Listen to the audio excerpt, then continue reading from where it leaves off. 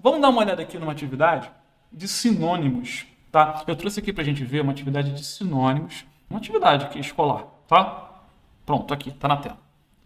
Aqui um exemplo de atividade, beleza? Reescreva as frases substituindo as palavras grifadas por um sinônimo do quadro. E tem um quadro com as palavras e aí embaixo tem as frases e tem um negrito, uma palavra em negrito. Olha lá. Por que todo este choro? Aí tem uma palavra em negrito. Aí o que o aluno tem que fazer aqui? Vamos lá, o que o aluno tem que fazer? Ele tem que, obviamente, ele vai precisar ler, né, o enunciado. Ele vai ler o enunciado, ele vai olhar o quadro, ler as palavras do quadro. Estou lendo em sequência, né? E eu vou ler a primeira. Por que todo este choro? Tá? Aí a palavra que está em destaque é choro. Aí ele precisa olhar a palavra choro, voltar no quadro, ler as palavras do quadro novamente, procurando uma que seja sinônimo de choro. Então, vou lá. Por que todo este choro? Choro, tô com choro na cabeça. Guardei choro na caixinha aqui na minha cabeça, na minha memória, tá? Tô com choro aqui na minha memória. Vamos lá. Choro é sinônimo de limpo? Não. Choro é sinônimo de molhar? Não. Choro é sinônimo de origem? Não. Choro é sinônimo de decisão? Não. Choro é sinônimo de pranto? Sim. Ok. Então, volto para a linha e escreva a resposta. Por que todo esse pranto? Não é? Aí esse aluno que fez aqui essa atividade, ele nem usou a palavra do quadro, ele criou uma palavra nova aqui para ele, ó, tristeza. Por que de onde ele tirou essa palavra tristeza? De onde? Não está no quadro. Era para usar pranto. Talvez o aluno nem saiba o que significa pranto, mas enfim. Ele criou uma palavra, ele pegou uma palavra que não estava no quadro. Talvez ele não saiba usar o quadro. Por quê? Porque percebe a quantidade de processos, de funções que a gente fez aqui? Percebe o nível de abstração de pensamento que a gente chegou aqui? Eu tive que ler, aí entender o que é para fazer, aí eu tenho que armazenar a palavra em negrito na minha memória e comparar a palavra em negrito com 1, 2, 3, 6, 9. Comparar a palavra em negrito com outras 9 palavras. E nessa comparação, eu preciso identificar se é ou não é um sinônimo. Isso tudo para responder uma questão. E para todas as outras questões, eu tenho que repetir todo esse processo. Isso torna a chance de eu errar aqui aumenta bastante, entende? A chance de eu errar aumenta bastante. E tá tudo bem. Se o aluno está conseguindo fazer, maravilha. Mas a gente está falando aqui de um possível aluno que não conseguiria fazer essa atividade. Então, que adaptação que eu posso fazer? Eu posso fazer uma adaptação na atividade. Essa é a primeira forma de adaptar. Adaptar a atividade em si. Como que eu vou adaptar a atividade, Leandro? Usando técnica. Como? Que técnica? Que técnica que eu vou usar? Bom, posso usar uma atividade estruturada. Mudar a estrutura da atividade.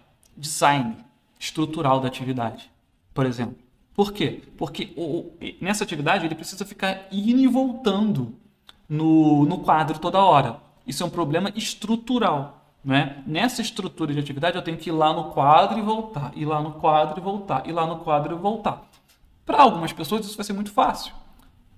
Para quem tem as funções, não tem nenhum déficit de funções executivas, de concentração, de memória, isso pode ser muito fácil. Mas para alguém que não tem muita facilidade com memória assim, ou se distrai com muita facilidade, isso pode ser muito mais difícil.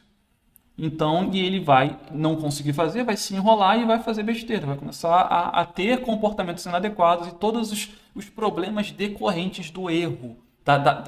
Por quê? Eu travar é considerado erro. Entrega uma atividade para mim, eu fiz errado, é erro, tudo bem. Entrega uma atividade para mim, eu não consigo fazer, eu travo, ou eu tenho um tempo de resposta acima do esperado, ou seja, que era para fazer em 1 minuto, eu fiz em meia hora, isso pode ser considerado erro também. E o erro gera frustração. E frustração gera comportamento inadequado, desinteresse, dispersão, reclamação, enfim, tudo aquilo que a gente já sabe que gera. Então, como é que eu elimino o erro? Fazendo uma adaptação na atividade. Exemplo de adaptação nessa atividade em específico, usando uma atividade estruturada, né? Como é que eu coloco isso aqui numa atividade estruturada?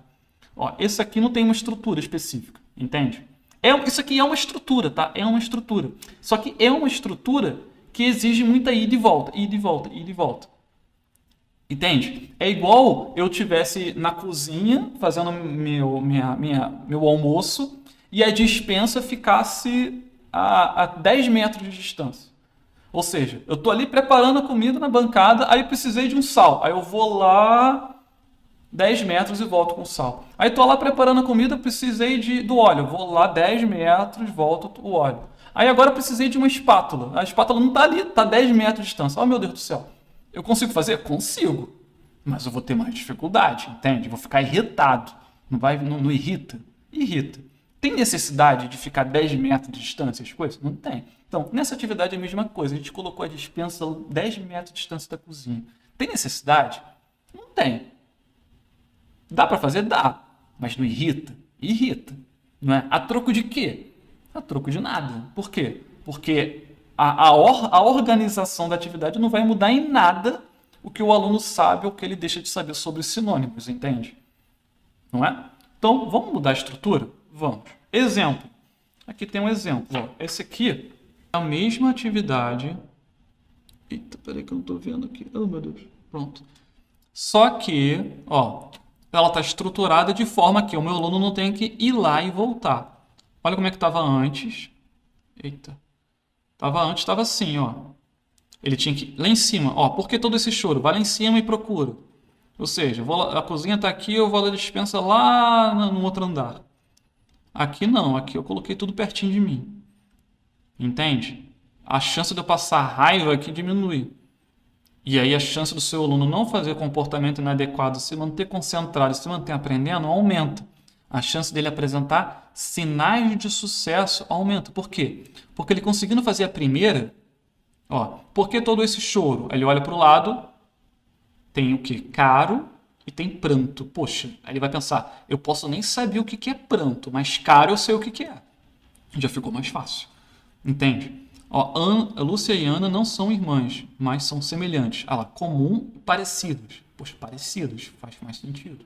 E vai colocando, e ele vai conquistando. Conquistei uma vez, conquistei 2 vezes, conquistei 3 vezes. Opa, tô conquistando. Fica muito mais fácil. Aqui, o aluno já começou errando.